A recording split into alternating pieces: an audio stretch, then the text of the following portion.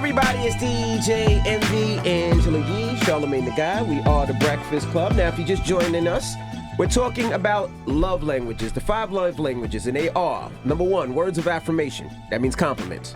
2, quality time. 3, receiving gifts. 4, acts of service. 5, physical touch. This is great. The reason this is great is because we had this conversation last night at dinner. You know, my good sister friend Zuri Hall. Yesterday was her born day, and she asked me and my wife this at the dinner table last night. What is our love language? And you know, I like this conversation because a lot of my friends and people that know me say my love language is definitely acts of service. And it's something I never thought about, but it's actually acts of service, and I need words of affirmation, but I only need words of affirmation from my wife and daughters because I am a sensitive-ass Cancer who didn't really get those words of affirmation growing up, especially from, like, my father. You know what I mean? So I feel like that's something I know I need at the house. I don't need that from other people, but in the house with the wife and kids, I need words of affirmation, and I like giving words of affirmation to my wife and kids. It's funny that you said that. I am too the acts of service individual. Like I love to do things for my wife, for my family, for my daughters, for my son. Whether it's just people, people. Whether it's filling up my wife's car with gas, or when she wakes up she ain't got to make that extra. That's stop. right. Or it's cooking the breakfast before I leave to work. So when she gets the kid ready for school, it helps her out. I like to do things. That's how the 12 Days of Christmas came about. I like to do, things like that for my family and for people. And I am similar to what you with, words of affirmation. Yes, I'm a Virgo. I'm sensitive. I'm light-skinned. Hey, I like, affirmation. I just need it from my family, though. I like compliments. I like when my wife says, damn, you look like you've been in the gym. That's right. I like when she says, damn, babe, thanks for this. Or I like when my kids say this, that, and the other. I just like it. It's just me. I'm sorry. I like when my kids say, Daddy, we appreciate this electricity. You know what I'm saying? They never say we appreciate it. But I'm just saying. But I do. I need those. I need those words of affirmation from my wife and daughters. I don't need words of affirmation from anybody else. Maybe my mom. Nah, I don't even need it from my mom. Like I like to do gifts of service for my mom and my dad as well. But like even we're planning today's my daughter's birthday. Happy birthday, London. Like even with her, like I showed her where we having her birthday party.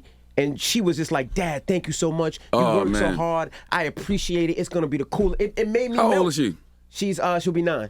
Okay. Well, she's 9 today, I should say. My 3-year-old is like that. My 3-year-old is like very loving and like always pouring into me. Like she does things my grandma used to do. Like she'll sit by me and pat my leg and Dad, you're the best daddy. I need that. I need those words of affirmation. It makes me work harder. That's right. It makes me go harder. I want to hear I'm a good husband. You know what I'm saying? Like I like that. I like those words of affirmation, especially when your wife says things to me like I love how you grown, because they know us. They've been with us for so long. They see the differences. They saw us at our worst and they see us at our best, so they understand the changes and the work that we put in. So yes, I need words of affirmation just at the house, but acts of service are my love language everywhere. Absolutely. What about you, Yeezy? So I was saying we had this conversation on lip service with Nick Cannon a couple of days ago. It comes out on Tuesday. He was saying for himself that the words of affirmation, because he's insecure. And so that's why he feels like that's important to him. And they've done some studies. Jacob Brown, who's a psychotherapist, said that people who value quality time as their love language have the most difficulty in relationships. And then second after that are people who prefer acts of service can also find dating tough. And so when they've done those studies, that's what they find. They said acts of service, it's difficult for partners to meet their standards is part of the reason why that is. For myself, I would say it's probably acts of service, but also physical touch, because I'm not a very affectionate person except with my partner, with my man. So that's not how I am with most people. I'm not like a real big on like hugging, and I'm not like the kissing people, to say hello. But I'm very affectionate with my man, and so I feel like that's important too. I'm good at cuddling and all of that. All right, well, let's go to the phone lines. Hello, who's this? It's Victor from Silver Spring, Maryland. Hey, what's up, brother? Peace, King. So what's your love language, brother? Hey, man, as soon as they start cooking that breakfast, man, breakfast is your love language. Just breakfast? More than what it is, but when they don't make that breakfast, you know what I'm saying? Damn short out of luck. So acts of service. That would be an act of service, sir. Yes, sir. I mean, it's an act of love, you know what I mean? Acts of service is your love language. When you go to Waffle House or you go to some place that serves breakfast, they're providing a service. It's the same thing at home. When your wife is cooking a meal for you, That's an act of service, sir. Hello, who's this? Hey, it's Imani. Hey, Lonnie, what's your love language, mama? So my love language is quality time, and my partner's love language is acts of service. So the book talks about how you love your partner the way they want to be loved.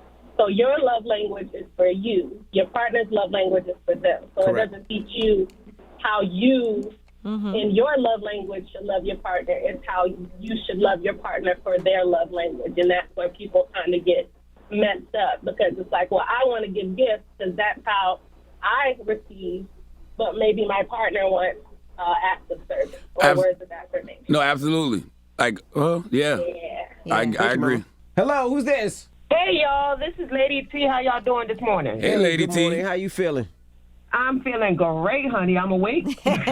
What's your love language, mama? My love language is touching and feeling.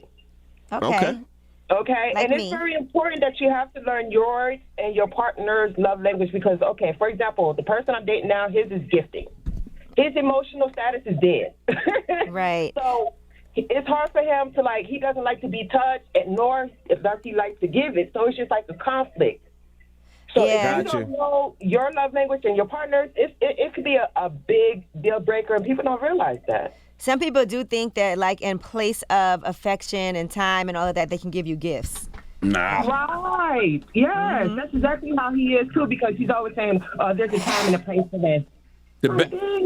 The best gifts are the thoughtful ones. Correct. You know what I'm saying? When a person remembers, what your favorite color is, or when a person remembers, what your favorite Marvel character is. Like, Correct. little things like that is what makes those gifts extra special. Absolutely. You know what? You're right, and he is like that. He is very, very thoughtful, and I think that's why we're still going, because I try to refrain myself back from touching him when he doesn't, I respect his time and place aspect of things, but when he gifts me or whatever, it's very thoughtful. So I'm like, okay, all right, I can still deal with you. All right. Now let me ask you a question, Yee. Now, what is it like? I'm looking at this, like my love languages, right? Now, I love to acts of service. That's what I love to do. But receive, I like kind of all of them. I like words of affirmation. I like quality everything. time. I like receiving gifts. That's the one that's saying. I love acts of service. And I like physical touch. I will say this, though, and Nick Cannon had a point about this. He was saying quality time, that's a difficult one for him to be able to do. Why? And because he's really busy with all his different jobs, and then he does have a lot of different children and mothers of his kids, and his time is divided all over the place. But it's still quality time. And they did say, according to the psychotherapist, that's the hardest one, because so for him, I guess that's the lowest on his list of his love languages. But you got to think, a lot of quality time to one person might be different to another person. That's what I'm saying. I don't even know what quality time means, because I know I'm going to be, when I'm laying on the couch with my kids, that's quality time. You know what I'm saying? But some people might feel like, well, we need to go somewhere. We need to do something. We need to plan That's things. my biggest quality It time. just depends on how you guys are aligned when it comes to that. That's my favorite thing to do. Lay in bed with my wife and watch this nonsense on television, just cuddling and talking. That's my favorite. That's how I got into Bachelor and Bachelorette and all them stupid shows. Because I know we lay in bed and watch together. I know some people who feel like, well, I'm home all day taking care of this with the kids,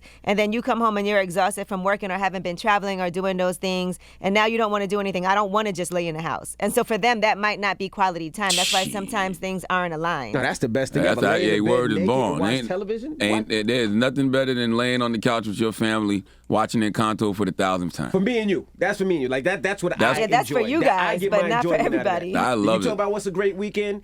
Yeah, I do my shows and I DJ, but laying on the couch or laying in that bed with the kids and they telling me stories about whatever. Being at home doing nothing. I love planning a trip. Like, I don't get a lot of vacation time or time to do things other than work. And so for me, it's like, okay, if we know we going somewhere in July, that's really exciting for me. That's like real quality time for me, because now we can leave everything behind. I don't have to work. I don't have to answer those emails. That's exciting. Everybody's version of quality is different. That's all. All right. Well, what's the moral of the story, if there's a moral? The moral of the story is you should find your love language. I found this conversation very fascinating last night, because I've always heard about love languages, but we had a really in-depth conversation about it at dinner last night, man. And happy born day to the homie Zuri Hall once again.